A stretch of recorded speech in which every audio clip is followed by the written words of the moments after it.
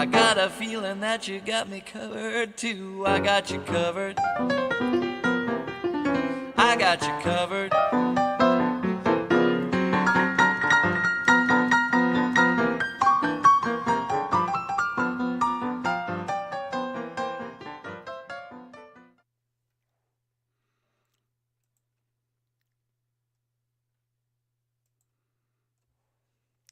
Hi, everybody. How's everybody doing tonight? I am kind of sorry that I wasn't up at midnight. Actually, I wasn't. I was sound asleep. We came home. Um, it really started to snow when we got towards actually on the way home. We stopped at an ice cream place. We got some ice cream, and we just came home. And we got home maybe about 5:30, and I crashed, took a shower, relaxed, and thought maybe, just maybe, I could stay awake until it was time for me to go live with y'all and celebrate midnight. And this girl, this mess of a girl, wish she had more hair in life, but I guess this is what I was dealt. This is what I was given in life, was this nothing of a hair. I actually was like, okay.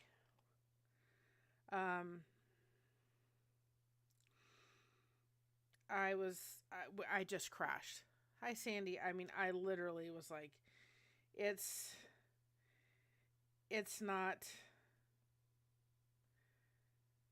I was just like, I have had it. So I was out by 11 o'clock.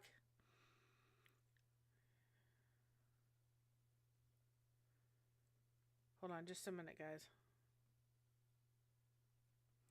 I was out by 11 o'clock and slept right through everything.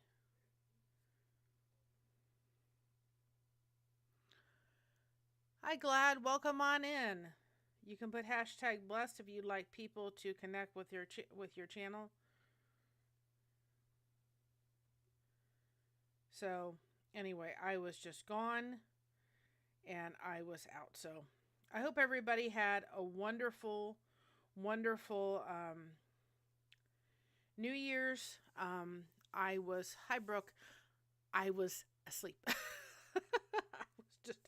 I was really tired, and I was like, okay, I need to just go to bed. And I actually had a little upset tummy from actually being so tired. We woke up at 7 o'clock, and we were on the road, and it was an emotional day yesterday. I stopped by where my dad is laid to rest, and so, visited him for a moment, and they played taps at the service, and I was starting to cry. And today's been kind of a kind of a day. Of course, it's 5 years. My dad died in 21, so it's been 5 years since he passed. So I've just spent the day crocheting and watching movies and being just comfy.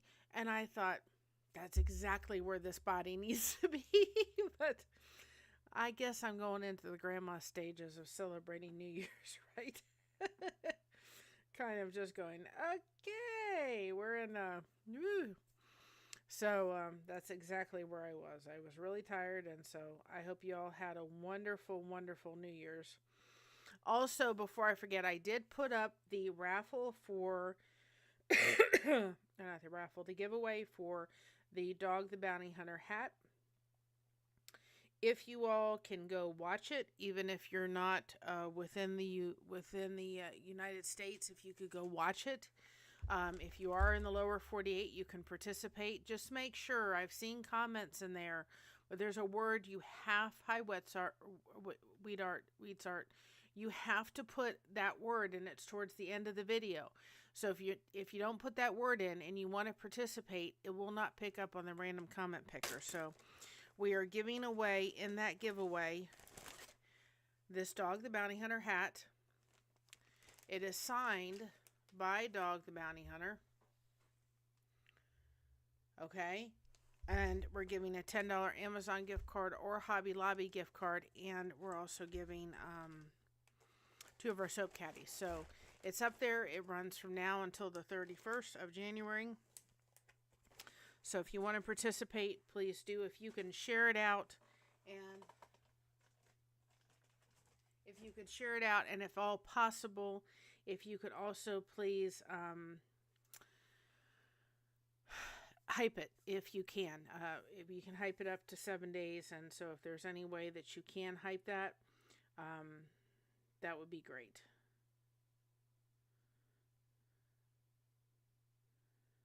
So, hi Norma. Okay, how are you doing? So, again, you could put hashtag blessed, but there's the video. That's the dog with the bounty hunter hat. If you all can watch it, give it that thumbs up and go ahead and hype it. I think it's got 72,000 hype points, so if we can get it more, that would be awesome. So I'd really, really appreciate that. But let's get into, excuse me, tonight's topic. Tonight about the kind of what we're talking about, which is turning your YouTube channel into a legacy channel. And I wanted to do this from the perspective of, for those that don't know, I found out in October that I was going to be a yaya, our grandmother, for the very first time. And I am just cannot wait. Expecting in June of this year. June of 2026 is when my daughter is expecting. So I wanted to talk about how you can do this. And I think it's a lot easier than people realize. So when we're thinking about this, and people could sit there and say, I don't want to do all the work, I don't want to monetize the channel and all that kind of stuff, that's fine. You don't ever have to do that. Okay? But you can turn this in to a legacy channel. I intend to make a channel that says yaya something. I'm not going to tell you the whole thing. And I'm going to make everything I put under there private or unlisted. I know that my niece, and with her parents' permission, my daughter has made videos. And she'll watch them and say, see, I'm in the video. And she'll be all excited. So I can take the announcement of when she told us that she was going to have a baby. And then we went and told Josh's great-grandmother that she was going to be a great-great-grandmother for the very first time. We have that video. And then we have the video of telling his father's side of the family. And I could put them all together into one video so they could sit and see all of those announcements of this little one coming along the way. I have taken pictures every month of my daughter's bump. Not that there's really much right now, but she's kind of posed, with kind of taking that moment. And so what I can do is do a video, and I can put all of those pictures together, right? Showing October and November and December and January and all the way through, so that the baby can see the growing bump and so forth, and the pictures all together of the announcement. But I can put it on this channel that I'm going to create that's going to be Yaya Something, which is grandmother in Greek. And I can go ahead and do that, right? And I can make it so that everything's unlisted or private. This way, if I wanted to send that video to, my mother-in-law or so forth, I could do that and just say, please don't share this link. If you have unlisted, the only people that can see it is the people that you send the link to. So I can put up pictures or little movie clips of interacting with Little Bean, as we're calling it on this channel. And so I can go ahead and do videos. I can narrate about, my, how I felt, or activities they did, or so forth and so on, and give my own little narration about it. So it doesn't have to be, oh my goodness, I don't want to monetize. I don't want to do all this work. I don't want to monetize. That channel is never going to be spread out. It's never going to be monetized. Remember, you all have channels under YouTube. Some have content, some don't. I have things on my personal channel that is of when my daughter was in her wedding dress and saw her dad for the first time. I've put that video in, and I've made it private or unlisted. When she got married, I had the videographer put the whole ceremony on, and he put it on. He uploaded it and made it unlisted, so we could share that link with people that couldn't attend the wedding.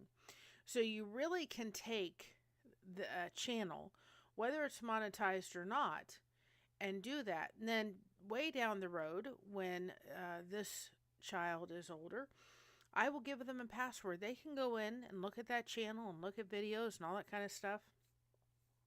They're going to have their own playlist, and other future children will have their own playlist, and everything will be unlisted. Now, I will be sharing stuff on this content, or on this channel, and we're going to be doing something called hashtag Grandma's Corner. It starts today. This one will be the first one in that thing, because it is related to building a legacy. And we're going to go ahead and put that in that collaboration. It's an open collaboration. Any grandma content that you're doing, you can do that. You can put hashtag Bless Grandma Corner. Go ahead and tag, tag Bless to Crochet, and then we'll see it. If you do that and you don't see it in the playlist, email us and we will go ahead and make sure that it's there. But again, it can be something that can be a legacy. We're going to start answering little questions. You know what I mean? Like, what's my favorite color, and what's this and what's this? I'm going to put it on here because I think that some of those questions would be valuable for you guys to learn. And I'll ask my mom some questions and Josh some questions and so forth and so on. But there'll be some questions that I don't want out on social media, and I would put them on that other as unlisted, directed right towards this little one on the way and future little beans on the way. So they get to see it, and then they get to hear it from my own words. My grandmother could tell me stories about my great-grandmother, and I really wish we had captured them on video, and we didn't. And it's great. I can tell them, but I can't tell them as well as my grandmother did. And she had her own little air about it and her special twist about it, right? So it really makes for something to be able to do that. And I thought about it today. Excuse me, guys. I thought about it today. Back when my daughter was growing up, we had video cameras. Our video cameras come in these things now, right? I'm sure there's video cameras out there, but nothing like they used to, where you had videotapes and all that kind of stuff. They're not the same thing as we had back then. Having my tea, one of my Christmas presents. It's got a lid. So, it's not the same. So you have so many moments on your phone that sometimes you run out of storage with the amount of moments. So if I have a month's worth of pictures of this little one, or video pictures, hi Cruz, or video pictures, right? I could put them all in the little video and put, January of 2007, and I could put them all together and make a little video thing like I would in kind of doing, recording video.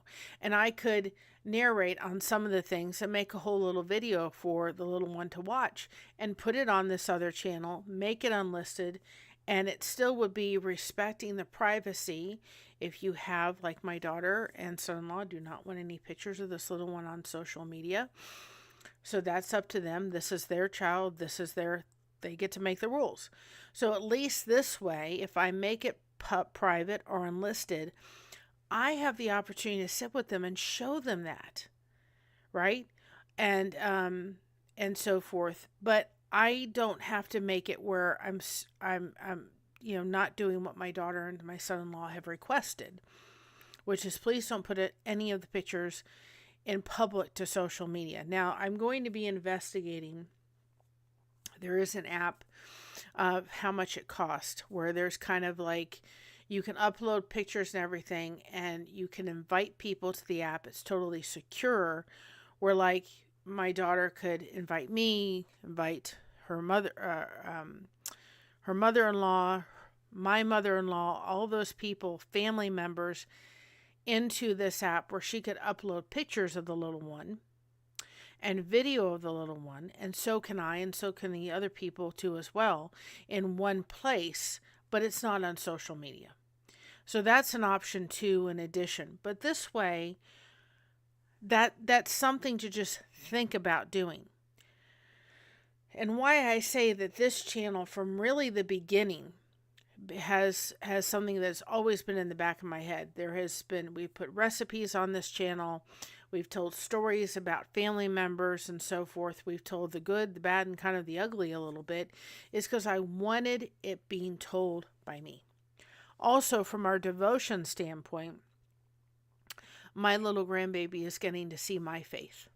And their great-grandmother's faith kind of walked out there too as well. There's a short on here that shows advice from their great-great-grandmother, and so forth. So you really can turn your channel and make it a part of almost kind of a family history vault to some degree. So let's look at that a little bit. Guys, you should see the snow out on the table. It's about this big. I mean, there was a lot of snow last night. Whew. So, what does it mean to make a legacy channel, right? A legacy channel is not about going viral. It's about lasting impact. It's content that still matters months and years from now. Legacy content reflects your values, your experience, your voices, trends, fads, stories, lessons, connections that last. So that is so very true when you think about it, right? It's extremely true when you think about the fact that when you're doing a legacy channel, it's not about let's go viral, right? It's not about that. It's like this other channel that I'm going to just create, and it's going to be just known to my daughter and so forth and that kind of thing. And this little one, that channel is not the purpose of that channel is never to go live, never to do any public release of any content. It's just totally a vault, right? And making a legacy. We never thought we were going to get monetized, and we did. And it'd be great if we're sitting one day with this channel at, 30, 40, 50,000, subscribers. But at the core of it is certainly connection. But at the bottom of it, if one day, way, way down the road, I'm not here, maybe this little one's children are going to be able to see, that was your great-grandma, and be able to have all of this stuff. That was your great-great-grandmother, all of this wonderful history and footage, right? And stories and legacy that has gone on in our family. And hopefully you all have gleaned from and been able to do. Again, coming from me, it's much more impactful. And it's also not losing the core of it. Here's another thing too as well. Those that know this channel, I get the much needed connection off of it. My mother gets the revenue. So at one of these days, way down the road, I've told my mom she can't leave here till she's 150. But one of these days, unfortunately, she's not going to be here.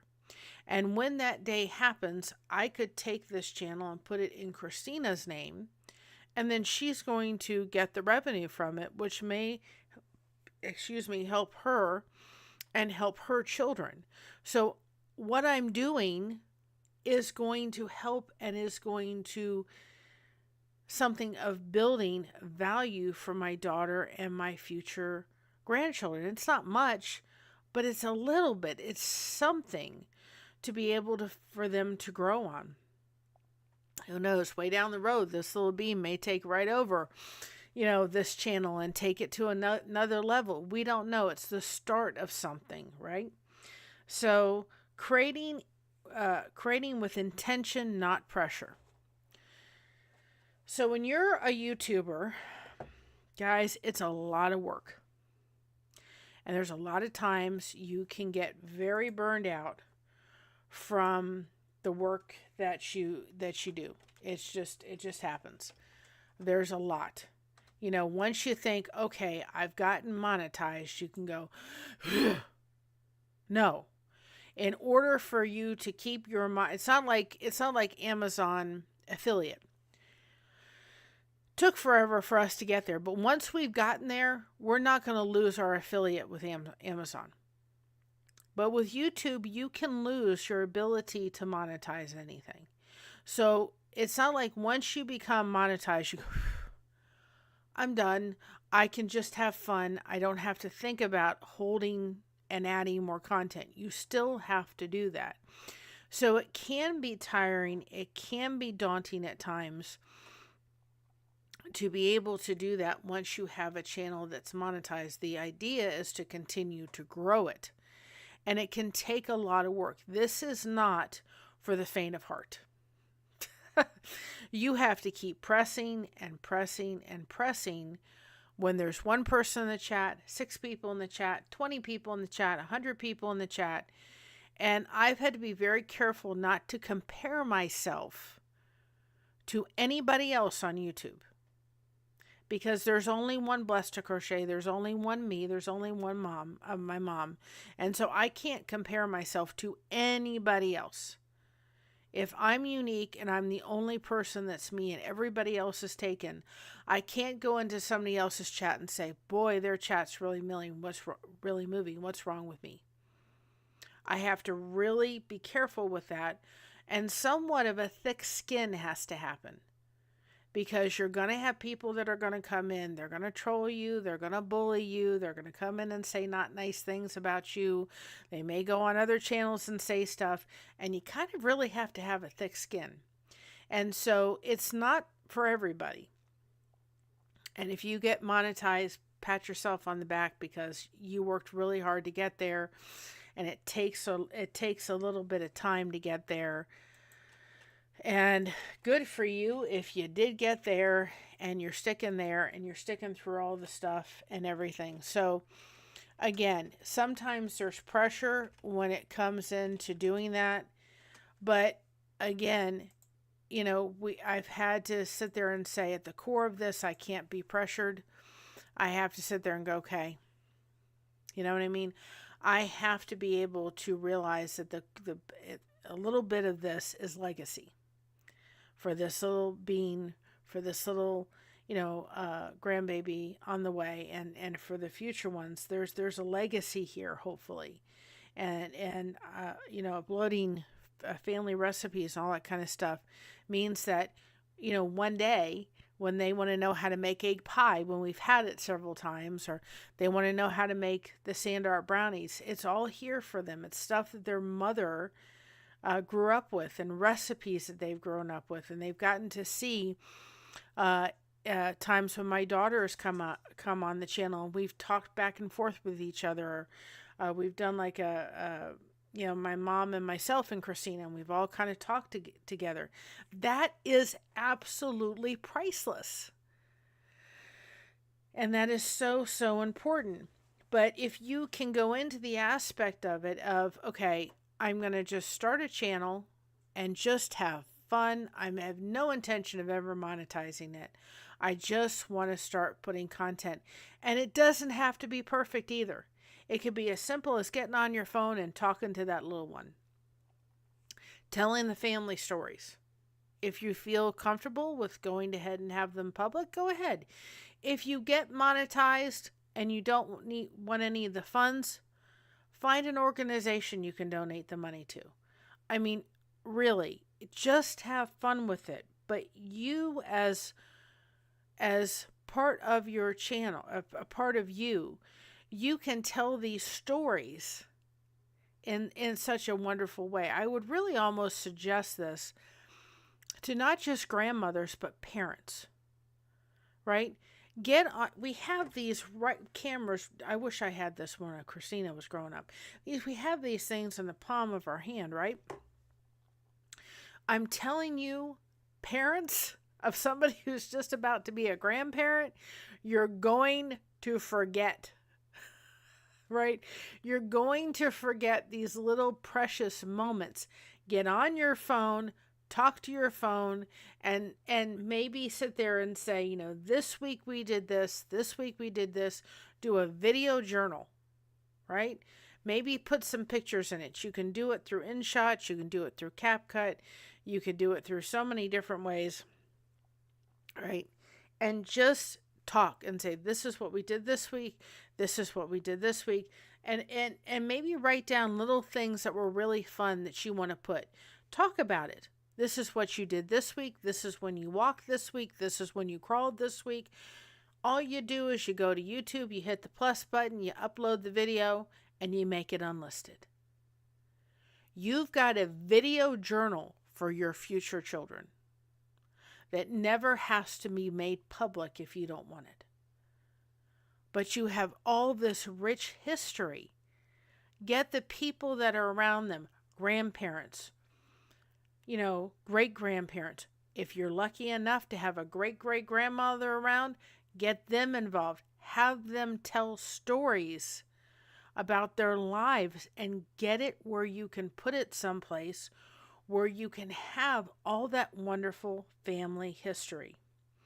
So not every video has to perform. Some videos are made serve as a document or a connect, not chasing metrics. Ask, would this still be meaningful in a year? I really wish I had had something like this where I'd have my phone and I could have literally done a documentation of Christina's life.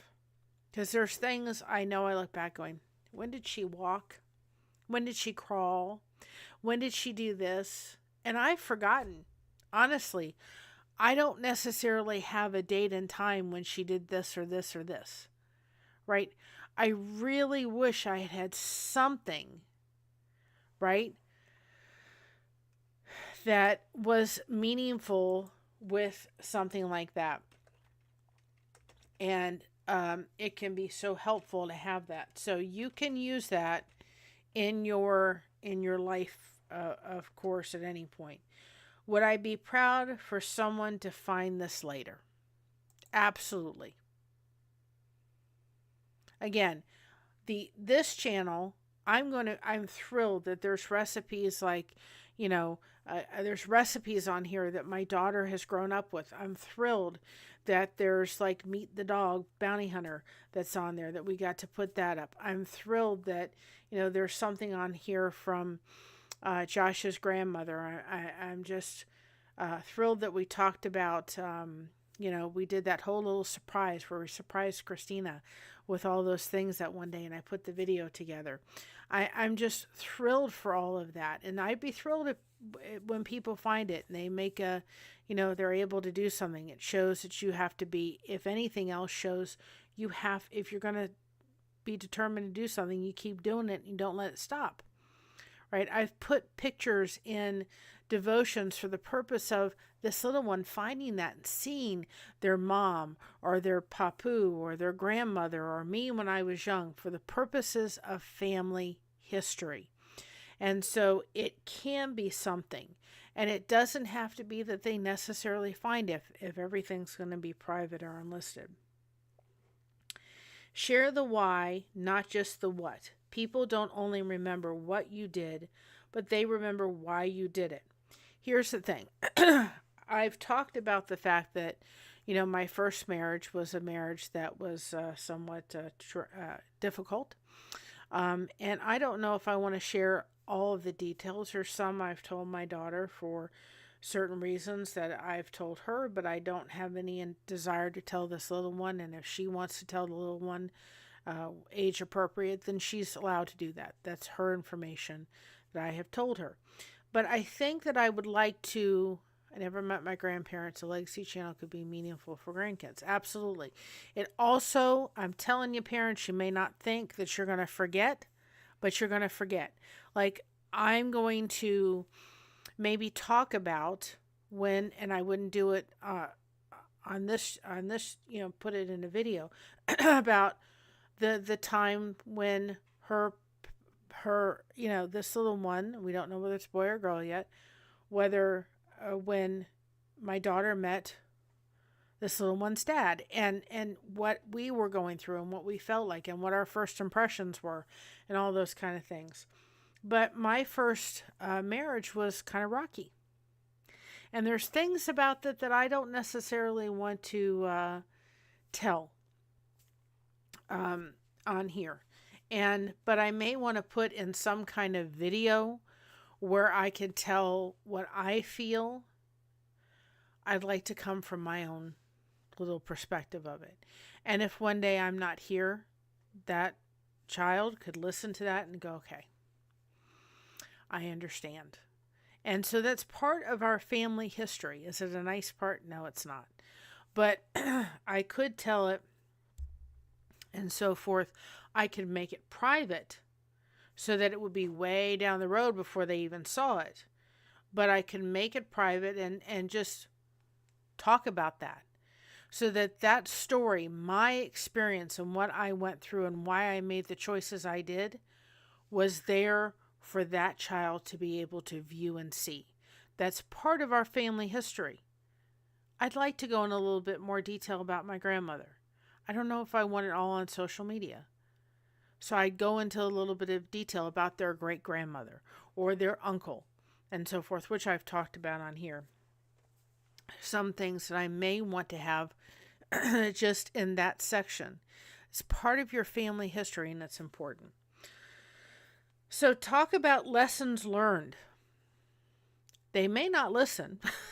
We don't tend to listen to our parents until we get older and realize, well, I've tried to tell my daughter things at times, and she'll sit there and she'll lovingly say to me, Mom, why are you always right? Well, it's because I've had more learning experience than you have. I'm older than you are. So I have a lot of lessons that I can teach, right? And some of them, of course, would be on here, and some of them are going to be unlisted that I want just private, and so forth. So lessons learned, mistakes made. I want my grandchildren to see, and I think that even if it's not grandchildren, I think if it's parents, I want my grandchildren to see I am human and I've made mistakes. This way, they can realize they're human, they're going to make mistakes, they're not going to live their life perfectly, and they're going to mess up. Boy, their Yaya has done a lot of messing up in her life, and I want them to see exactly who I am. And I want them to see that I love them beyond measure from the first time I found out. And as my daughter is growing in this pregnancy, that love, I don't know how it happens, but it's growing daily, right? And so I love this little one before I find out whether it's a boy or girl. I love this little one no matter what. I can't wait to hold this little one. June can't come fast enough, but yet I don't want to rush it. I want my daughter to enjoy this time. Hi, Joy, talking about Joy. I want my daughter to totally enjoy this time. I want to see that little one grow inside of her. I want to just love watching her have her baby shower. I want to love, I found a photographer for her to do her maternity photos. I want to just sit there watching that. I can't wait for all of those things to happen. I want to take it all in for that. And we actually have the dress. We found the dress she wants to wear for her maternity pictures. It's beautiful. And what you wish you knew earlier that turns the content into context, not just clips. So kind of going through the life that kind of says, well, you know what? I wish I knew this. I wish I knew that. I wish I knew this, And so again, everything, if you're something that I don't want to go on YouTube, make everything unlisted. That's what this other channel is going to be. And like I said, it's going to be Yaya something. You guys won't know about it. It's not for and it's not for Happy New Year, everybody. It's not for your eyes. It's for this little one's eyes.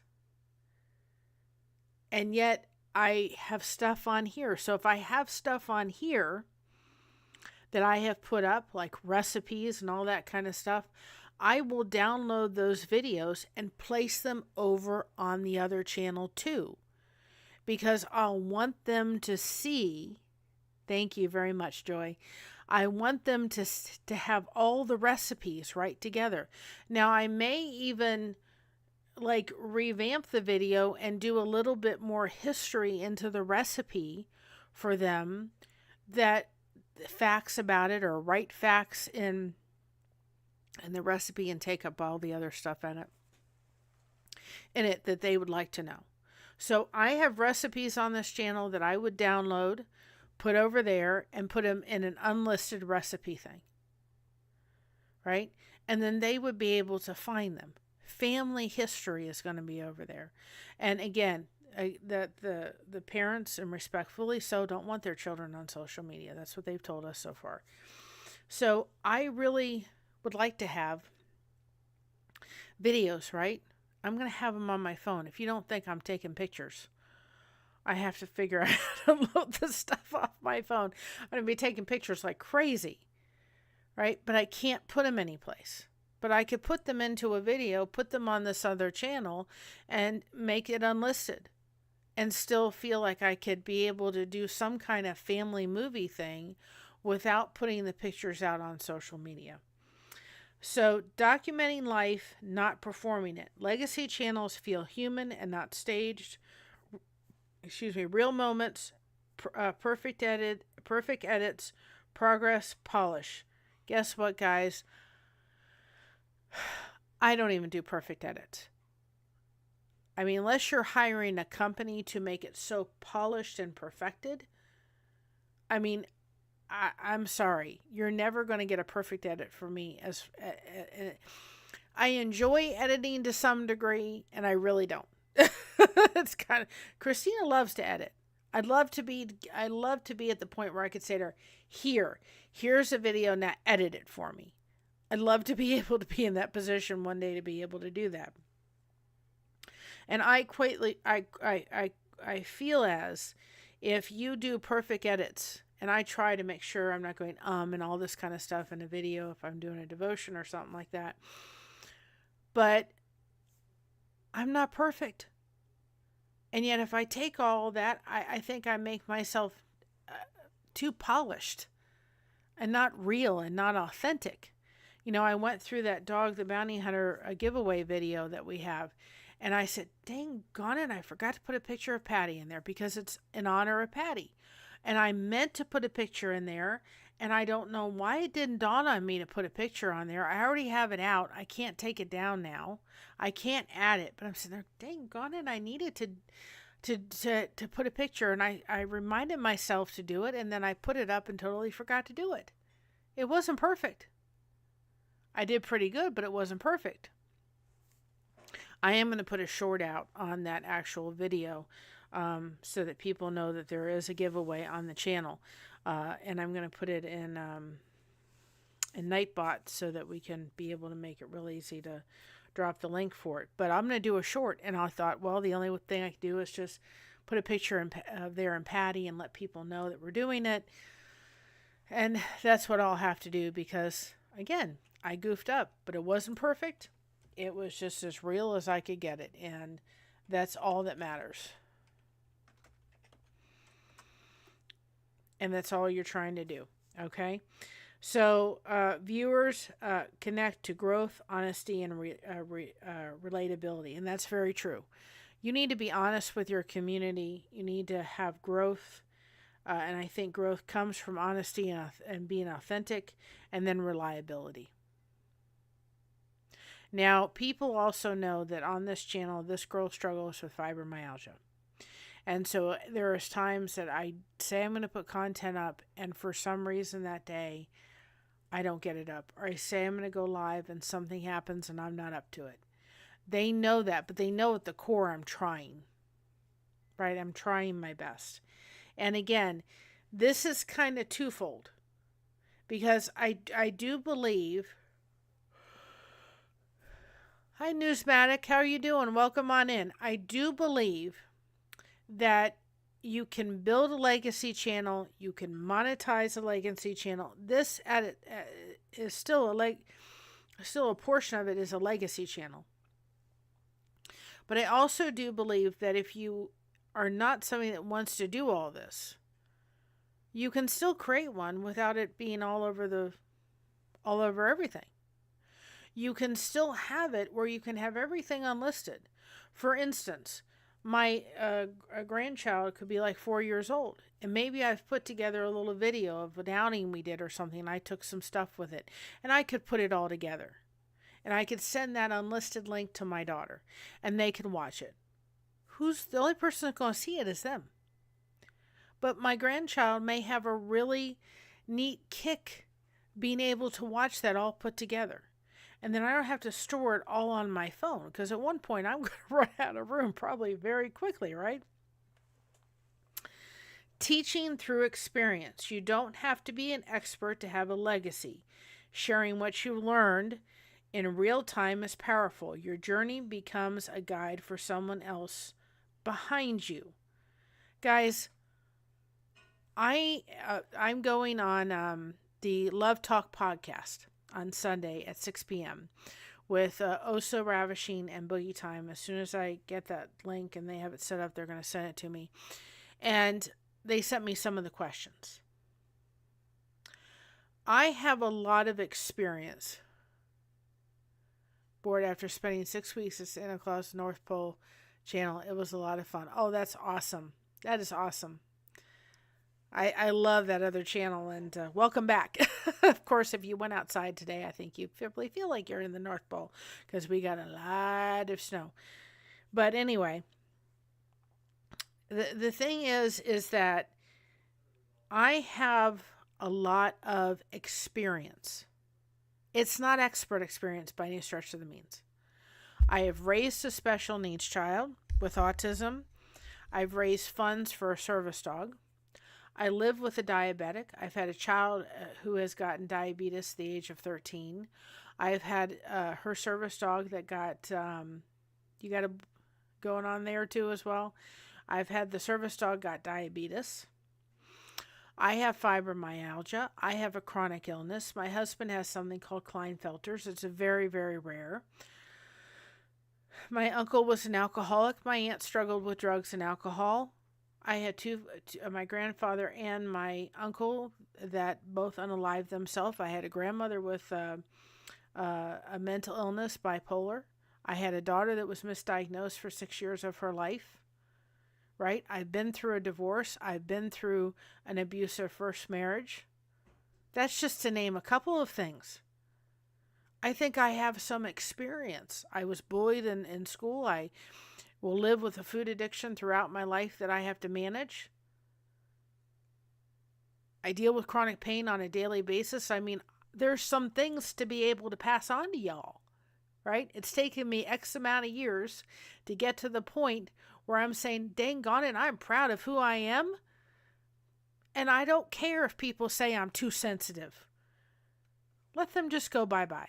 I've had a relationship in 23 fall apart with a family member. It was very difficult. I've had to finally say, let it go. Now I'm going into the grandma stage for the first time in my life. Heck, I got some experience over here to share. And at the core, I don't want people to feel like they're suffering in silence. I don't want them to feel like they're alone. I've been there as an autistic parent. I've been there as somebody that's dealing with something. My dad had dementia. You know, I lost him. And yesterday, guys, I'm sorry, I wasn't going to cry. Yesterday at my son-in-law's family member who had the funeral, they did taps. And I am literally in the, they had a mass. And I'm literally, they had that in the narthex kind of thing. I'm literally crying. I'm looking over at a family member of his. They're crying. And I thought of my dad. And then I said to Josh, because we had to go to Akron to pick up something for Christina. at her doctor's office, and I said to my husband, I said, we're on our way. I said, how far are we away from where my dad is laid to rest? And he said, we're not far. We were traveling back on the way back. And I think we were like 15 minutes after we got a little past. And I said, can we stop and, stop by there? And he said, I don't know if it's open. And it was. And I went and saw my dad. And it was so cold and so forth yesterday. And that was the first time that I could actually go do that on either the day before or the day of when he passed. He passed at 12:20 on the 1st. It's why the 31st, because it's when my grandfather passed, and the 1st is when my dad passed. 21 for my dad, 97 for my grandfather. It's why it's so hard for me to get through New Year's. I was much happier to go to sleep and just forget midnight happened. But it was a real emotional day, and I thought, I'm really sore today. I'm really tired today. There's a real reason why, because yesterday was just a little bit of a more emotional day than I figured it was going to be. And I didn't know the family member terribly well, but it certainly brought a lot of memories back of my dad. So you've worked through your challenges, sound like you're drawing on your strength that is greater than you, absolutely, and you're still here, and you're wonderful. Thank you. Yes, I'm breathing. I know it's hard. Price for paying for someone you loved, absolutely. But I mean, I got in the car after we did, and I cried. And I said to Josh, it's the first time. I said he was, his ashes were put in Dayton in 21.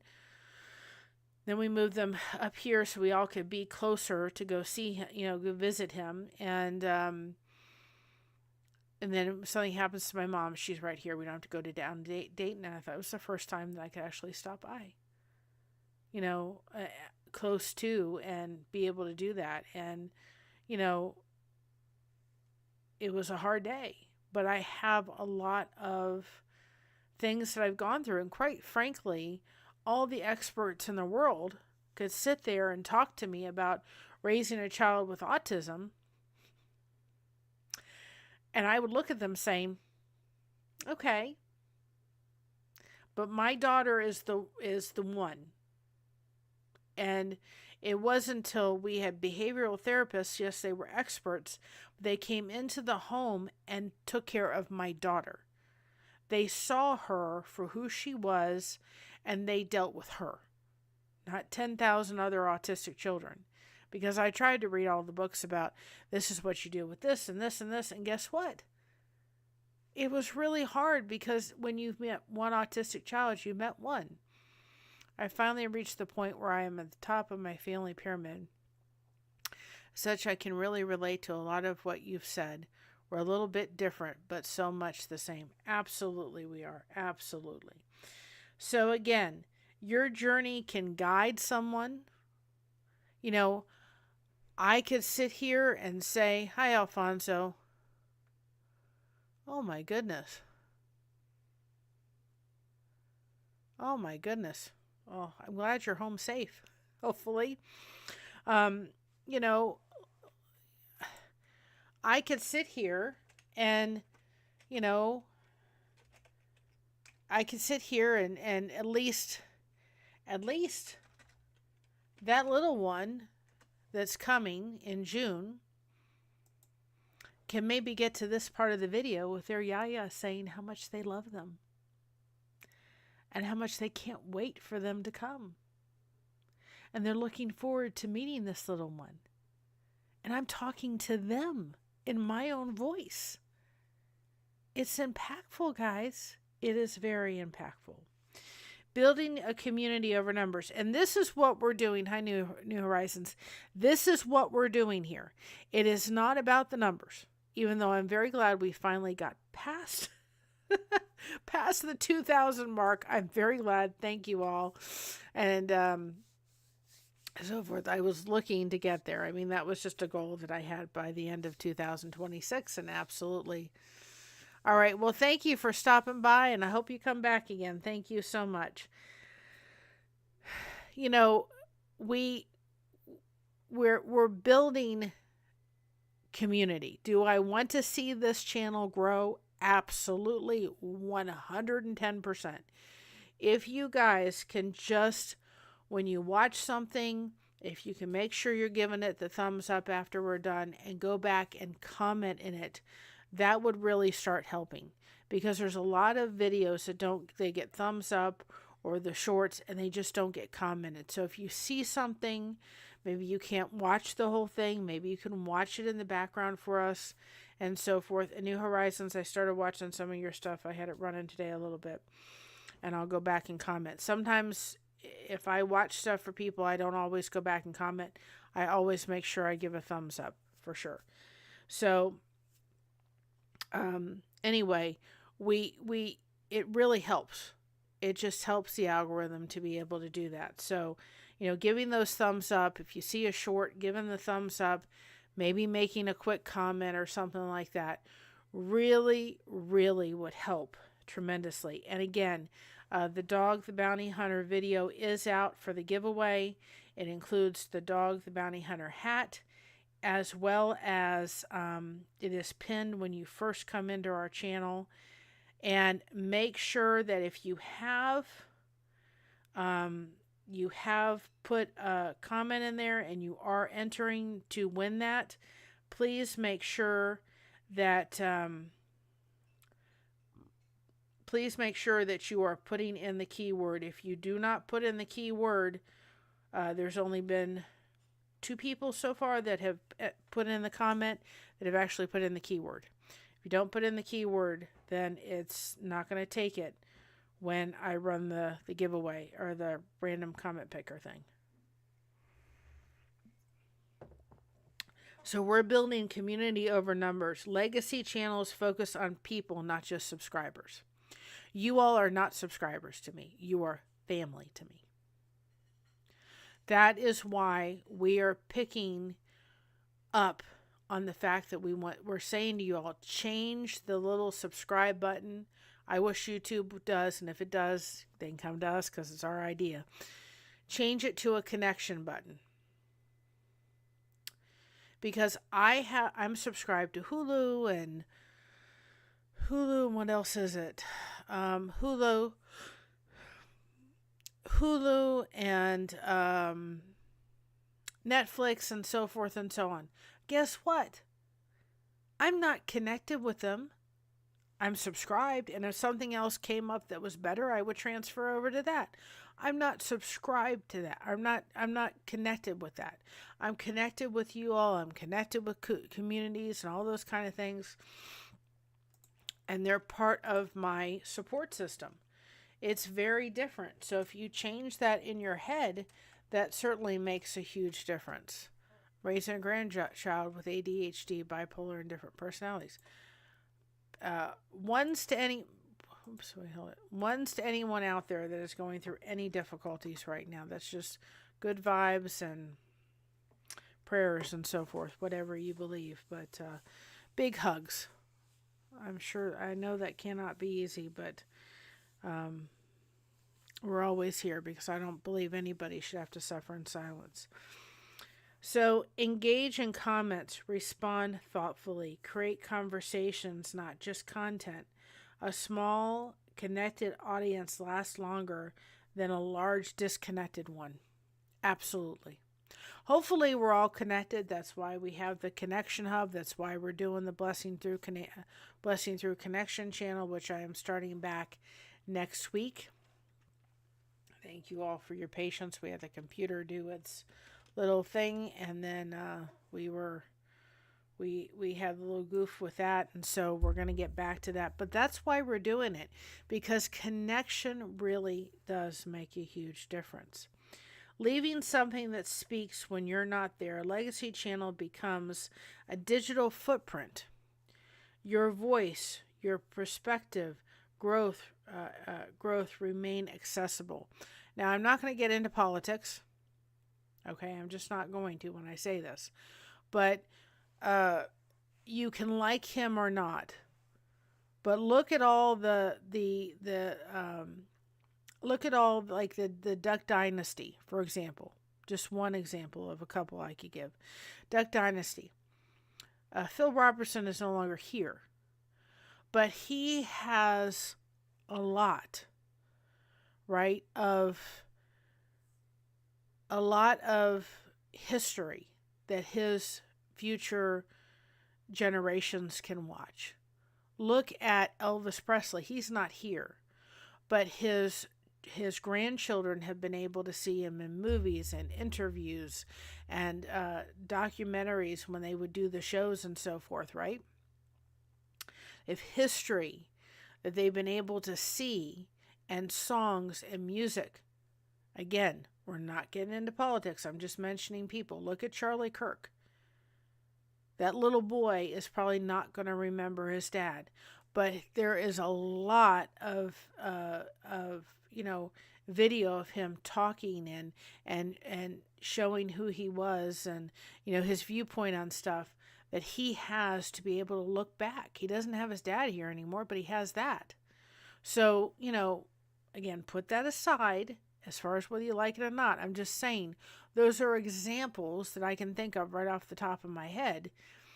Hi, Jason, that you could be able to use, right? That people, that their generations of people can come and see and be a part of and be able to see them, out there. And so again, this channel down the road, when this little one's growing up, they can see me, they can see their papu, they can see my mom. All of those things are there for them. And that's what a legacy channel really becomes, quite frankly. And again, I'm not making any political statements. I'm not, I'm just making a point when I was talking about those people. I'm just saying, look at that. Look what they, what video has done in the sense of been able to show just over the years of all that and so forth. And we didn't have even, it's evolving so much.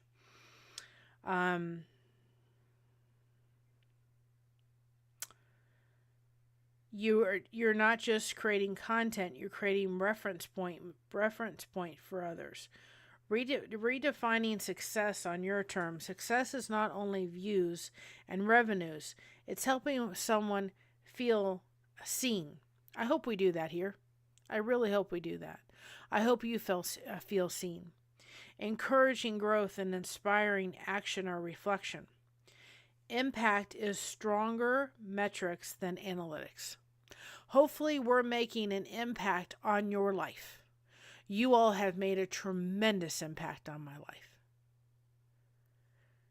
And I hope that this one to come along the way will see that impact that you have and been able to see, if you go back to my first live, how much I've really changed. If you go back and watch some of the first editing I did and the first stuff, I'm growing in knowledge over and over. Things are getting better. I've learned more on Canva. You can see the growth just in me. Also, look what you did with my aunt. You got her up here.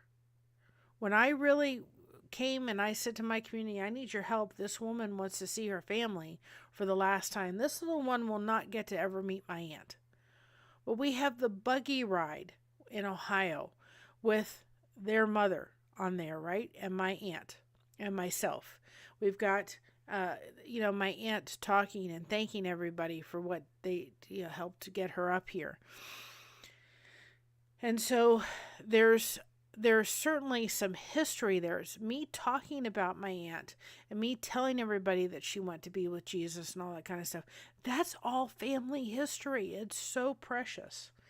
You don't need to be perfect. It's not being perfect, Brand. This girl ain't perfect by any stretch of the mean. Massive reach. You just need consistency, honesty, and intention.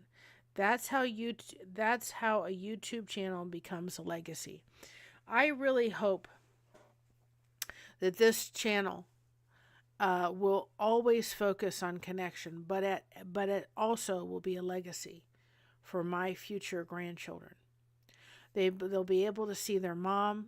They'll be able to see history of our family and memories. They've been able to see so forth and so on, right? Recipes and so forth. But again, if you're not someone that says, I don't really want to have anything on social media, I don't really want to have anything when it comes to any of this kind of stuff, right? I don't want to have any of that. Then don't.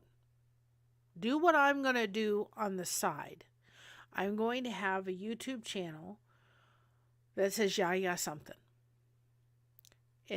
People subscribe to it, they subscribe to it. But I'm not going to put it out there for anybody to know about.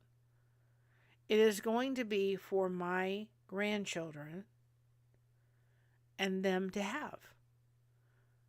So, like my daughter, as she's growing in her pregnancy, I have a picture from October and November and December, and I will get ones for the rest of the 6 months, right? Well, if she puts out a baby bump picture out there on Facebook, that's up to her. I am not going to be doing that. If she comes on a live and she shows her baby bump, that's all on her. It needs to be on her. But I could do a video without much editing. InShot is very simple. Okay, I've learned a lot from InShot. There's CapCut. There's so many that are very simple. And I could take each picture, right, and put this. We also, when you go into your photos, you can tell, like I forgot exactly what date we met Dog the Bounty Hunter. So I went in and looked at the photo and said, oh yeah, that was September 27th. So I can go back and literally look at the date, put the date on the picture, and show this little one, right, a progression of their mama's tummy. So now I've started, like literally every time we're together and she wants to take pictures after we get done with church. I'm literally taking pictures every time. And I'm planning to put them in a video, and I'm going to be starting a calendar. It reminds me, through Shutterfly, this one will have a calendar. And I'm starting a calendar for them, right? And I'm putting literally little pictures of their mom's tummy all the way through. So I can do a video. I can put all the things they could see them growing in their mama's tummy, and I could put it in a video, put it on the other channel. We all have channels on YouTube. Every solitary one of us do. I can upload it. I could put it unlisted. I don't have to put an intro to it. I don't have to put an outro to it. I don't have anything. It's just going to go up there. I could put some music behind it, right? I could put all of the videos together in one thing about me finding out she was going to have a little one, to great-grandmother finding out, or great-grandma that she was going to have a baby, to Josh's other family, put them in a video, put a little commentary with it. Again, not an intro and an outro. Maybe make a little thumbnail or something like that, like your announcement or something like that. But that's pretty easy. Right? And then, super duper.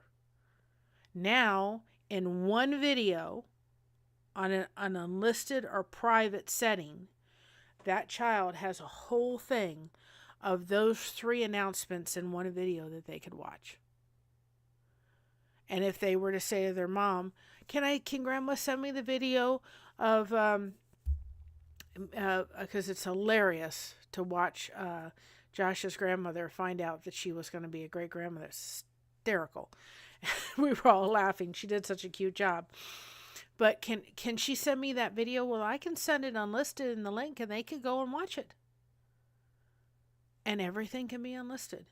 That way I'm still keeping the privacy request of my daughter and son-in-law, but I'm not having to keep all these things on the phone. If I wanted to do a whole January collection of all the pictures, like if, all the pictures as I'm going to get them, or my daughter sends them of the newborn pictures, right? I can do a whole thing and say, June, and put them all together. Really easy. Put some music behind it or not. And you just put it up on the thing and say unlisted. If you want to make it a public, go ahead and make it public. I think that we forget that YouTube is not just a place for content creators that want to be content creators. It's really for everybody. They don't have to be fancy dancy videos.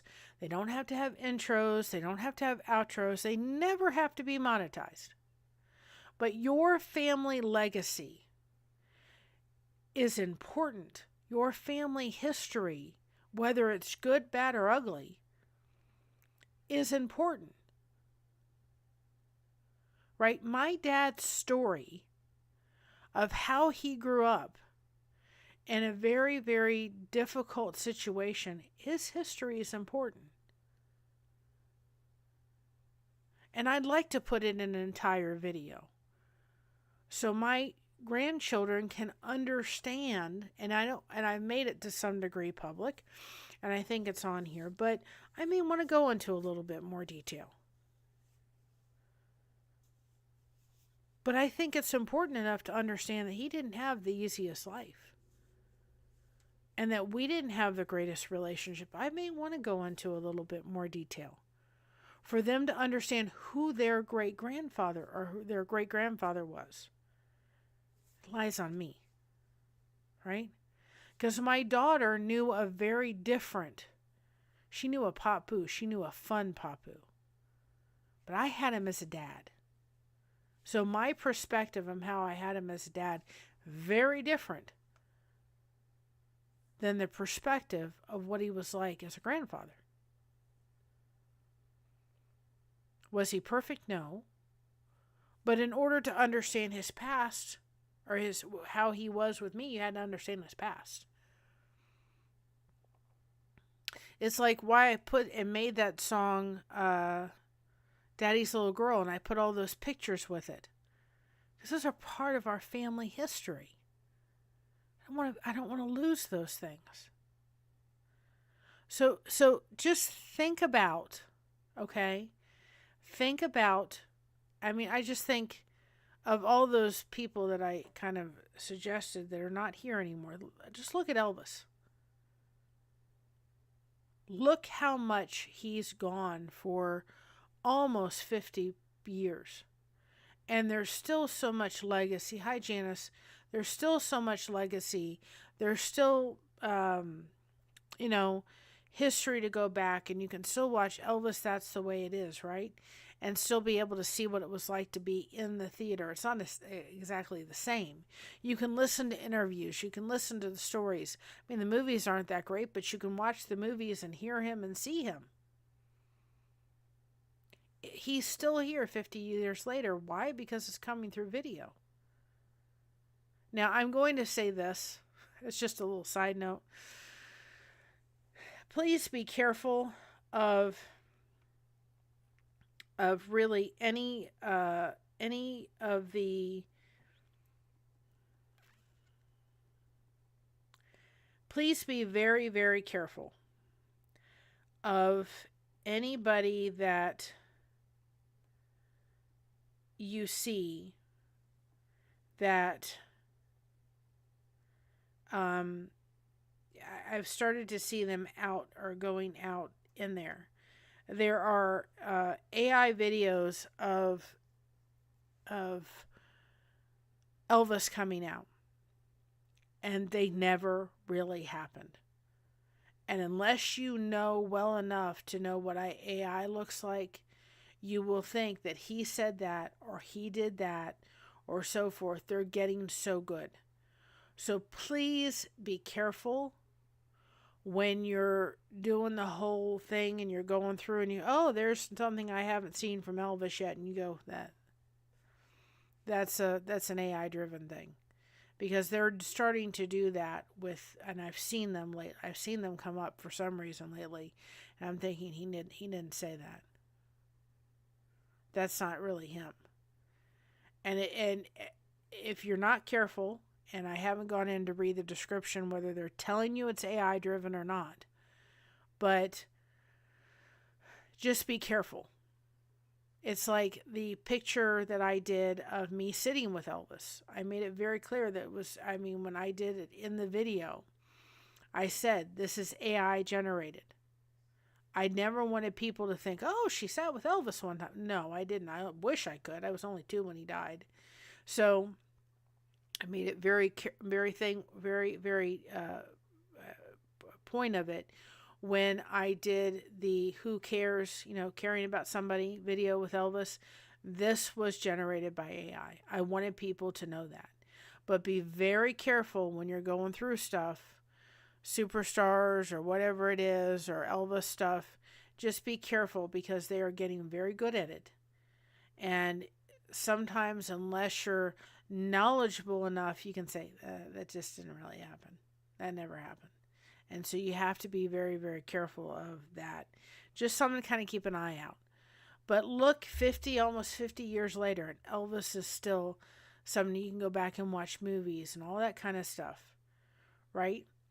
And I'm saying the same thing about, whether you like him or not, Phil Robertson. I said the same thing about Charlie Kirk. They're still, at least for their, children and their future children, they're there for them to see. The family history is still there. When Phil Robertson did that movie, The Blind, it wasn't the prettiest representation of what he was before, after he, of course, became a believer. But I gave him a lot of credit for putting that movie out there, because he was able to show, all of their family history, whether it was pretty or not. And I thought that gives him a lot of credit for doing it. So, again, really think about when we're doing our channels, whether we're or trying to monetize. I can't talk. We're trying to monetize them or not. Your channel can become a legacy channel, and part of it is, and unless you're doing, I think there's certain channels that may not be in that category, but we're still kind of really leaving a legacy. I don't really care what we're doing. We're still kind of leaving a legacy and leaving a footprint and a stamp of who we are. And it can be done. It does not have to be monetized. It does not have to be anything. But I think us, especially as maybe the grandparents, can maybe step in and show our family history in such a way to be able to do. And I think it can be a very, very, very powerful thing to be able to show that and do that. And we can be able to do that. We are, at some point, I mean, my mother's the matriarch of the family, but still, I can make an impact. I may start writing down when my daughter says, well, little Bean walked for the first time today, and he crawled for the first time today, and he did this for the first time, or she did this. We don't know whether it's a he or she yet. She did this, or she walked for the first time, or whatever it is, whether it's a girl or boy. And I can just write those things down, and then maybe I put it in a video and say, here's a picture of you walking for the first time at da-da-da-da-da. This is when you crawled for the first time, da-da-da-da-da. This is when you said mama for the first time, da-da-da. And this is, you say dada for the first time. And all of those things can be in a video and uploaded, right? And put unlisted. And then that way there's a family trace. Just think about your recipes. Grandmas, just think about your family recipes, right? What about just getting on and just talking about your family recipes, right? I have my grandmother on some video, someplace, making rice pudding. And I don't know what it is. I don't know what it is, because I've never been able to make it like she did. Oh, it was so good. And she wrote the recipe down. And I went back when Elvis died. Oh my goodness. He was amazing for sure, Norma Kay. I read the recipe. I did the recipe. I went back and watched the video, and she forgot to tell me something. It wasn't written down. But I had filmed her with a video camera at the time making the recipe. Okay? And I sat there thinking to myself, let me go back and watch the video. And sure enough, I don't know what it was because I still wasn't able to make it to the way she does. The only closest thing I've been able to make rice pudding that tastes anywhere near my grandmother's actually is putting it in my Instapot. It's been the best way I've been able to make rice pudding and the closest one to the way she used to make it. But I watched it going, she didn't tell me, I think it was adding an extra egg or something, or I can't remember what it was, something that she didn't have written down. So if you have, let's say you have somebody in the family and they make a family recipe, why don't you film it? You don't have to do any editing. You just put it up and say, Grandma making rice pudding or Grandma making this or whatever. I make something called laliguillas. It's a labor of love. Believe me. You have to make the dough. Then you have to put it and rise it and knock it down 2 or 3 times. And it takes about 3 hours just to rise the dough. But I'm probably at one point going to go ahead and make some kind of video. It'll be on here, or it'll probably be on, the other channel too as well that I'll be doing privately. But I would probably film that so that they could see exactly how the laliguillas is made. Or if I'm going to make taropitas or spanakopita and the little mini triangles, I may choose to film that so they could see how I make it. Of course, I haven't made it in a long time, but still it's not that difficult to make. Right? The pumpkin cake recipe that we have every Thanksgiving is on this channel. And you could just take pictures, right, of all the ingredients and then pictures along each step. And then just put it in a video. And voiceover and just tell exactly how you do it. I take this and I put this and this and this. Or have somebody film it for you.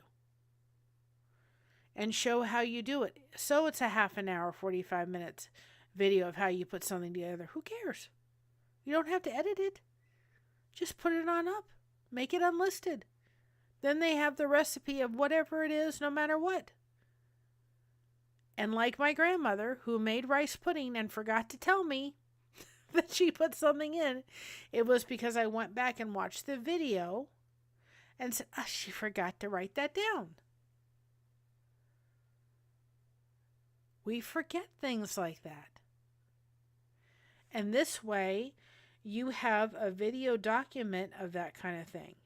What about sitting down with our family relatives, not family relatives. What about sitting down with people that we have in our lives? I was thinking of the person that passed in my son-in-law's family. Maybe they have him on video someplace, somewhere. I hope they do. But if we have family members that are getting older, sit down with them, ask them questions. Ask them to tell their life story and put it up for people to see. It doesn't have to be anything edited. It doesn't have to be fancy. You don't ever have to hit the like button. It's just putting it up. The story of so-and-so. Make it public if you want. Maybe there's life lessons that people can learn from Grandma Rose telling her story. Who knows? Right? What was it like to go through this? What was it like back then to go through this? What was it like the day that Elvis passed away? I mean, this is all family-rich history. And we have a platform here, unlike Facebook, which Facebook, by the way, you have lives or something, you put videos up on there. But any lives you do, they delete it after 30 days. Not here. I have several other channels, and everything that goes on this channel, and I know it's not the greatest way to back it up, so I know we've got to get all the videos downloaded so it's in a backup form. I know that. But Just haven't had the resources to be able to do that. But when I upload a video here, not necessarily a live stream, but when I upload a video, I have 3 other channels. I have Mr. Blessed to Crochet. I have 2 other channels. And they all go underneath. I upload them all, that video to all 3 channels. And I put it as private. And then that way, if I ever need to pull something, I can go to those 3 channels and pull it down. All the recipes are underneath those 3 channels. The Dog the Bounty Hunter videos, it went on this channel and it's going on all 3. And it takes it off my phone. At least that way, if I need to go back to any of those 3 channels and download that video again, I can download that video again. So again, legacy means that you're making a legacy for your future family to be able to see. And sometimes I know people just use YouTube to put up video, so forth, for their family to be able to see. Like when Christina got married and there was family relatives that could not come to the wedding, the videographer took the video of their wedding and put it as an unlisted thing and sent us the link. And then we were able to send it to people that could not come to the wedding that could still see the entire wedding. That way they could enjoy the wedding and without having to, miss it if they couldn't make it. And it was nice to be able to do that.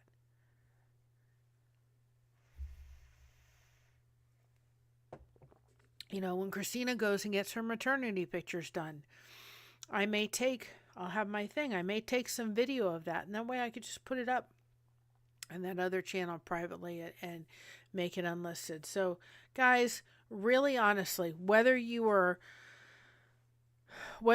doing a channel that's trying to get monetized, still have a part of yourself, especially if you have children, if you have grandchildren, say this part of it is I'm leaving a legacy here. Just like Elvis, he left a legacy. He left music, he left movies. I know he hated all of them. But, most all of them I can't say, but he wasn't thrilled with most of them. But still, it's a legacy. You are leaving a little bit of yourself for your future to be able to see when you're not here. And I know that. I would like to be here forever, but I know I'm not going to be. But at least this little one was able to see me announce their, into the family. We did a live welcoming them into this family. They're going to be able to see that. Then we have a project left over. We made that cute little snowman for Little Bean, and we're going to make more of those for a whole series. I'm making those kind of things for Little Bean to come. They're going to get to see that. How precious. We need to remember we're leaving a legacy, and hopefully not just for our children and our grandchildren, but also to the friends that we've made here. Hopefully we've made an impact. I think part of leaving a legacy is making an impact. You do not need to be a superstar to do that. Here's the thing that we have to remember, and I'll kind of end on this. If you remember that you can be at a point where you can say, I'm proud of being who I am, everyone else is taken. If there's only one you, then guess what? You can't compare yourself to anybody else. Because one of a kind things can't have nothing to compare themselves to. So you are making an impact because there's nobody like you. And we can learn from each other. So part of leaving a legacy is making an impact. And you can do that because you are totally one of a kind. And I think that we need to remember that. And as precious as those stories are, and my daughter will tell and so forth, if I have stories to tell of our family, I want this little one to hear them from me. Because I'm going to put it on a different take than my daughter is. My daughter and I can tell the same story, and it's going to come out different. her version of how it happened and my version of how it happened are two different things. For instance, if I told the story about the first time that we met, that Christina met her future husband, our perspective is going to be very different than what Christina's perspective of meeting, her husband now and this little one's daddy. Very different perspective. They went out and walking in the snow in the woods in this beautiful park area, and Josh and I sat in the car. It was February 6th when it happened. We were sitting in the car when it happened, or they were walking in the park area. We were there, and I remember getting out of the park and looking at this beautiful sunset coming through the trees.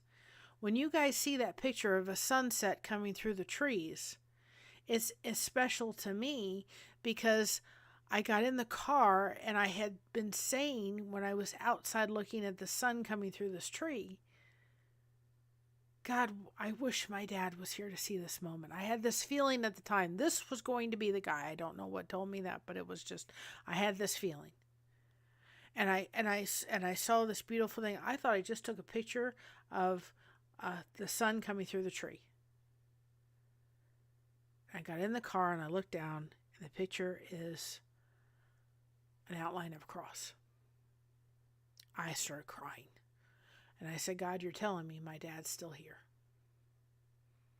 He's got the best seat in the house. So they were off walking in the snow in the park, most likely having their first kiss. You know what I mean? And I was totally different perspective. So she could tell the story of how, to this little one, this is how I met your dad. Because they had met each other through, eHarmony, and then they started talking back and forth, video chat. But this was the first time they met in person. But our perspective of how we observed that day is going to be very different. And my daughter can't tell it like I can. When I tell that story about seeing that cross and knowing that I knew my dad was still here, he was still watching from above, I get emotional. My daughter doesn't have that same impact on that picture. And to anybody, it looks like a random picture, but I know what it looks like. And I want them to hear that story. I want them to hear the impact of it. And so we are all doing legacy. We're all leaving a legacy. And you can leave and turn your YouTube channel into a legacy. You can also do it with no intentions to ever monetize. You can make everything unlisted or private and still have loads of family history in a really great place to have it, and you can use it. So hopefully that was helpful in looking at it from how you really can turn your YouTube channel. I think if we can remember that everyone has a channel on YouTube. Sandy has a channel on YouTube. Purpose has a channel on YouTube. Mr. Blessed to Crochet, if you go to his channel, right, he doesn't have anything on his channel. There's no content on there. He still has a channel on YouTube. He could still have things listed as unlisted or private, okay, and he still has a channel. And remember, unlisted means, and I want to explain the difference for those people that don't know it. Private means if you set something to private, you can only see it. Nobody else can. You can't share it. Nobody can see it. So if I send a link for a private video to Sandy Wandy, no, she wouldn't be able to see it. If I changed it to unlisted and said, listen, can you do me a favor? Look at this video and see if I need to make any tweaks. She could then see it. Nobody else could see it. She could see it because she has the link. Just like when we put a link on Facebook that somebody clicks on to go to YouTube or whatever. Or I put a link in and say, join us for a live, right? Those are all open to the public. But unlisted means if I sent a video and said, Sandy, can you just check this video out and see what you think? Right? She could check it out for me. But if I sent this, if I said to somebody, hey, go look at this video on YouTube, Nobody else will be able to find it because it's set for unlisted mode. But Sandy would be able to see it because I sent her the link. So if I have the whole thing of this entire watching my daughter's belly grow, right? And I put that into a video and make it unlisted, and this child is 4 or 5 and says, "Can Grandma send me the one of watching my belly grow?" Or watching, not watching my belly grow, watching your belly grow, Mommy. I could send it to her and say, "Here you go." Only my daughter and this little one could see it. Or if I choose to send it to my mother-in-law or Allie. The only thing is, if you are not wanting anybody else to view it, I would just make sure that if you're choosing to do that, you're sending it to people you trust. When you say to them, "Please do not share this anyplace else. This is your personal link for it. I'm sending this to you because I do not want to make this public. I'm just sending it for your viewing and for a couple other people's viewing." You send it to people in which you trust that it's not going to go all over the place. Because once somebody has that link, they can show it to anybody over the sun. But I would only send it to people in which I can entrust that if I say to them, "This is your link, please don't share this link under any other social media," they would do so. Right? So that's just something to keep in mind. If you're going to do that, they could, if you send it to somebody and they weren't somebody you could totally trust, then guess what? You could they could send it and do whatever, and then the link's out there. So just be careful that if you choose to do that and make it unlisted, okay, that you certainly send that link to people you trust 100%, that they're not going to share it any other place you don't want it shared. And that's exactly what I would do, that I would only be sharing it with people I knew full well would not take it and put it anyplace else. And you have to, in this world, be very careful that that's exactly what you do so that, the trust can be there. So we're going to take a few minutes and just thank our members. It's never expected. It is appreciated. They do help to keep our channel, help with being able to put extra content with the channel, and we're very, very grateful. So we're going to take a moment. Hold on a second. Take a moment and thank our members, and that way we get to see Elvis too. Hi, the Stats. How are you doing? You were lurking? That's awesome. So let's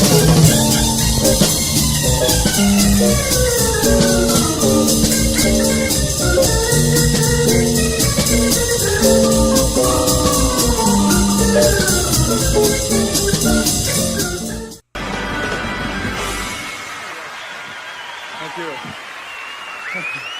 Thank you. Thank you very much.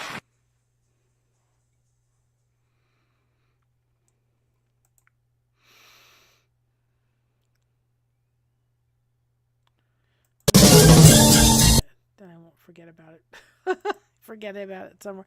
Happy New Year. I love all our lurkers. But anyway, I tried, y'all. I really tried last night. I can stay awake, and it just, I was asleep by 11, and I slept through the night. I was just, yesterday wore me out. So I was tuckered. We're going to talk tomorrow about turning every moment into a legacy. I think that could be something that can be done. And we're also going to do on Saturday. We're going to see, and if you saw the thumbnail, you'll see one of the shirts that we have done. I do have to make Fonzo edit that and so forth. It's the start of our new stuff. I'll give you a, let me see if I can do it. Hold on a second, guys. Let's see if I can do it real quick. I'll give you a little intake of it since y'all are here. You'll get to see it a little bit ahead. All right, let me see if I can do it real quick. Don't go anywhere. You can give me your opinion. I will let you see this real quick so you can see it. I'll give you a, you'll get a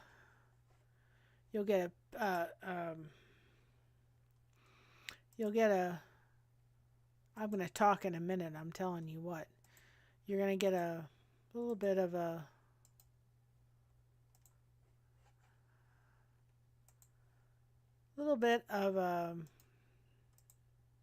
pre-thing. How is that? Does that work? You'll get to see it. You got to see it on the, if you looked at the thumbnail, you got to see it for sure. But you'll get a little bit of a thing. You can give me what you think. Yeah, that'll work. Okay.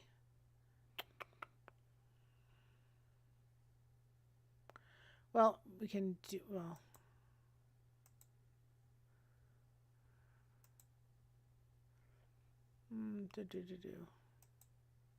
All right, we'll do that. All right. Guys, can give me what you think. A preview. You all got it. You stuck around. All right. We'll see which ones. All right. This one here. Is that one showing? I gotta. Is it gonna work?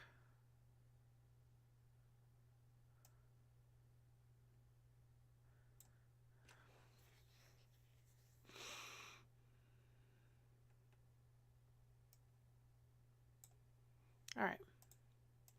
Here is the one of the shirts which was on the thumbnail for it. Here is one of the shirts.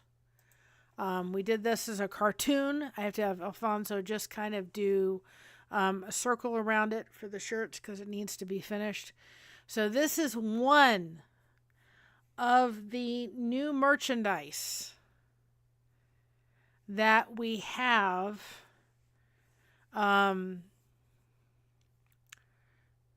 Hopefully y'all can see it. Can you see it? Let me make sure y'all can see it. Hopefully you all can see it. So this is one of the logos. Yeah, y'all can see it. One of the logos that will be on a new shirt in the merch store for you guys is the saying of being proud of being you because everyone else is taken. We have one of us with all the three ladies on it. And then we have one for the heart. And then we have one with Mr. Blessed to Crochet on it. And we have one with a tiger on it. So I've been looking for a long time on how to do this shirt and what it was going to look like and everything. And this is what I was sitting there going, I couldn't figure out how to do it. And I was thankful that I was able to finally figure it out and get it. And so we didn't want you to just feel like you had to have our faces on it. So we did get it. One without we got one with the heart for the ladies with the flowers, and then we've got a tiger. So if you didn't want our faces on it, but I love this. I think this is so cool. And I kept, Christina usually has blonde hair, but I kept her red because that was the day that we went to the conference, and it was a special day, and we actually did a little bit of red or pink hair that day for honor of Patty. So I kept it, and I think it really looks nice till I have a little tinge of red hair,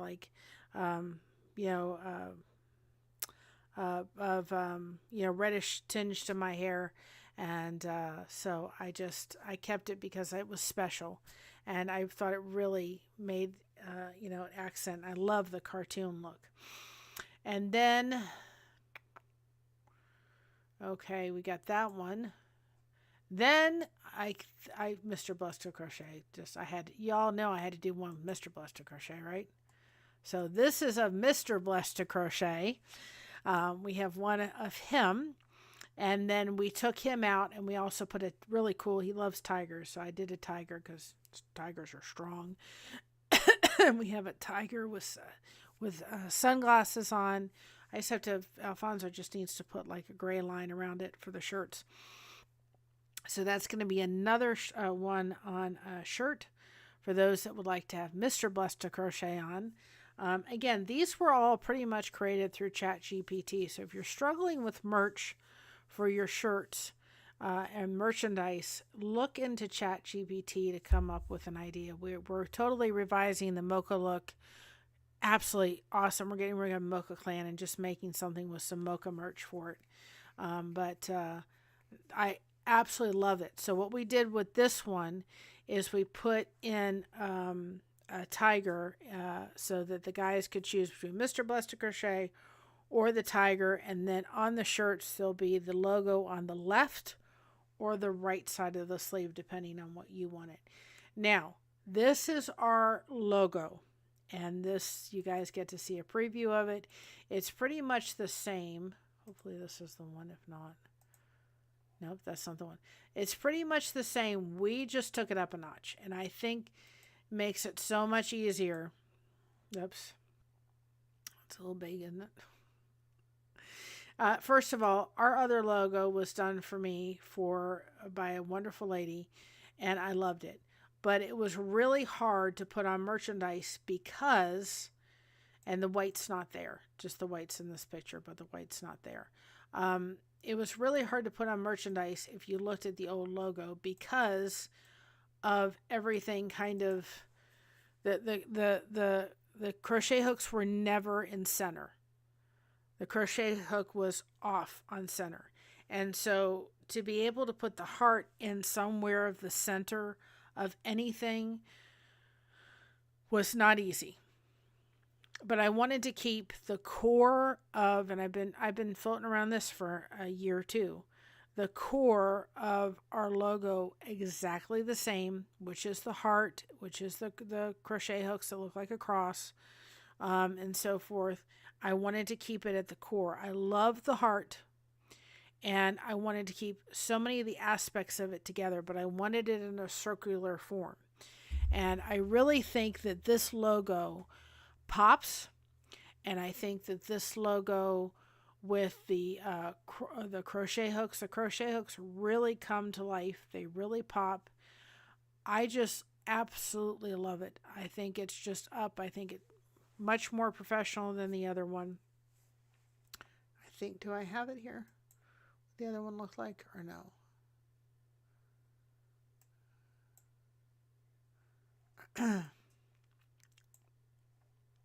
So you guys can see. So this is now the new one. Let me see. Let me get this other one out of lock mode.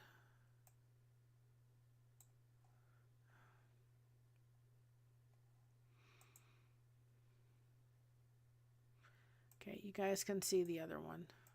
You don't need to see my face for a minute. All right, you guys can see them side to side.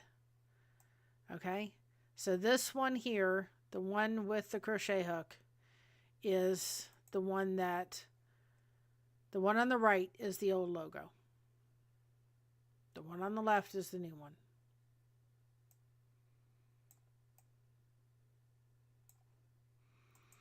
So you can see that have a great night purpose. You can see that we've kept the same kind of thing. But I don't know about you, but which one do you like? The one on the left or the one on the right? I think the one on the left is it just brought it up a notch. And I put that actually in Chat GPT, and I said, okay, show me the difference. Improve this logo. And it took a while to get there. It was a little bit of doing and so forth, but it took a while to get there, but eventually got there. Again, I didn't want to take the essence away from the logo. But if you can see from the original logo, and these are on white backgrounds, a lot of them I have on transparent backgrounds, you can see why that logo on the right was always so hard to put on merchandise because it wasn't ever centered enough where I could get it. And I just think that this other one absolutely pops. I love the two tones of the crochet hooks. They look like a crochet hook. I don't know about you all, but y'all can tell me which one you like. Whether you like the one on the left or the one on the right better.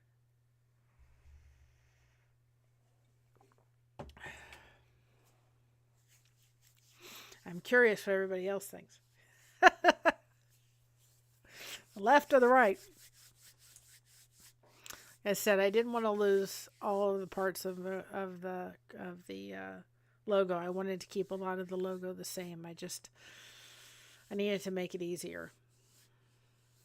And I love, yep, the richer colors in the left one are great. Yep, the richer colors I think I think the left one stands out better, but I wanted y'all to see the difference that the difference and why I was really struggling with it was because it really was frustrating to work with. I can tell you that. We put it on merch and it was just totally frustrating. So on Saturday, we're going to show off the new merch. I gave you 2 things. I let you see Mr. Blessed to Crochet and a shirt. So we'll be showing off the Be Proud to Be Me shirts and logos. For those shirts, you all have seen the logo, but we'll revisit that again on Saturday. We're going to show you the Mocha stuff, the Mocha thing, Mocha logo, and a lot of these will be logos. I'll try to get them on the shirt so you guys can see them. We've got a new Scott logo, which is Proud of Being Me. We've got that one. We have 2 ones with the with Psalms 139:14 verse, which is fearfully and wonderfully made. So we're going to put those on shirts. We have a llama one. Guys, the llama one is so stinking cute. We have a llama one about the drama. I put that on a garden flag. So understand that a lot of these things are going to take a little bit while to load up into the system and on the computer and all that kind of stuff. And we'll be able to put them on merch. We're going to be coming up with more ideas. If you guys have ideas, suggestions, and things that you would like to have, we're going to do that. I have another one that says, keep crocheting that connection. No crochet hook is required. I've got that one we'll have to work on. So we'll show you. I've got, let's see, 1, 2, 3, 4. Well, 4 plus, got 7 or 8, maybe 9 different new designs. And then a lot of the other stuff is just going to be coming down. And we're going to work on getting the store more user-friendly, I guess you could say, and much better. But I only do so much with that. But Fonso and I are going to get with the program tomorrow and get it ready.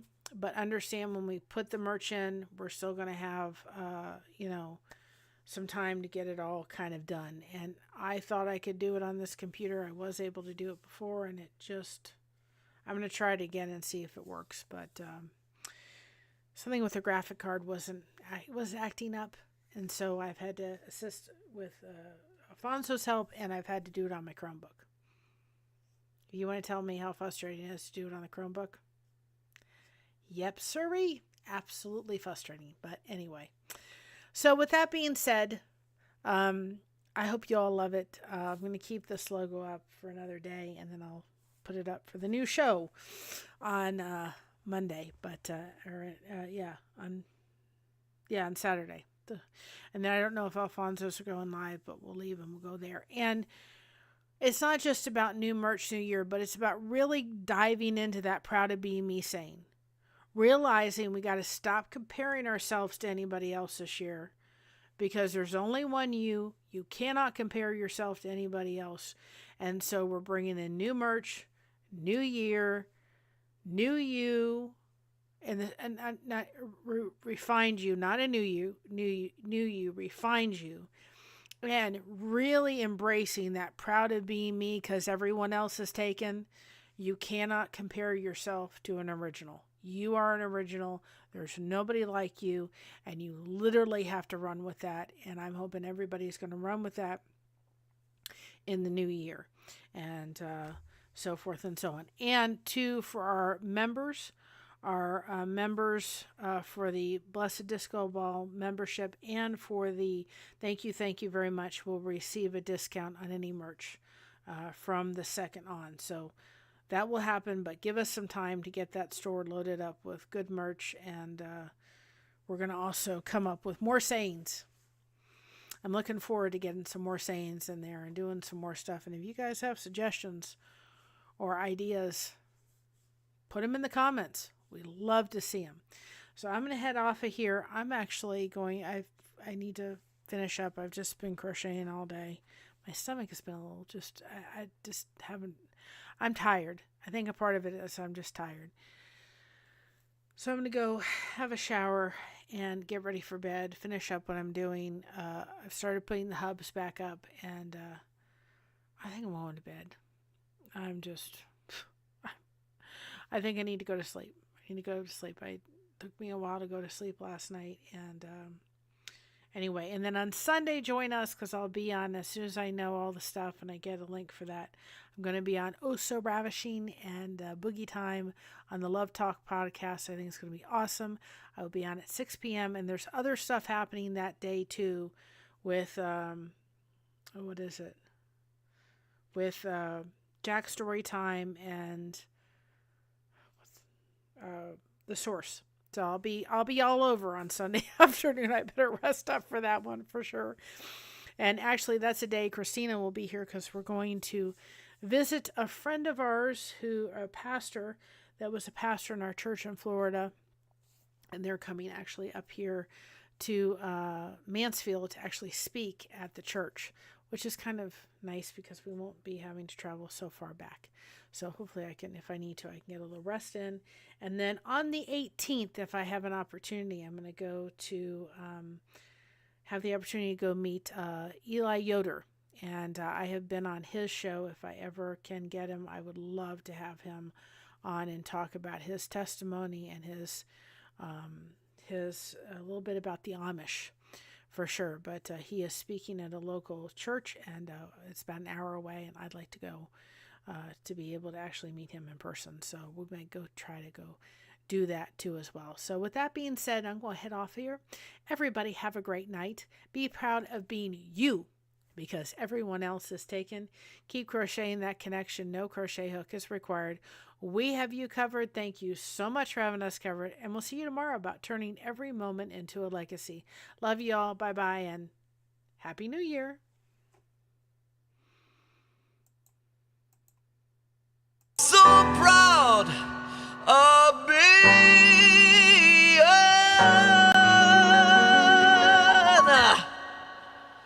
me.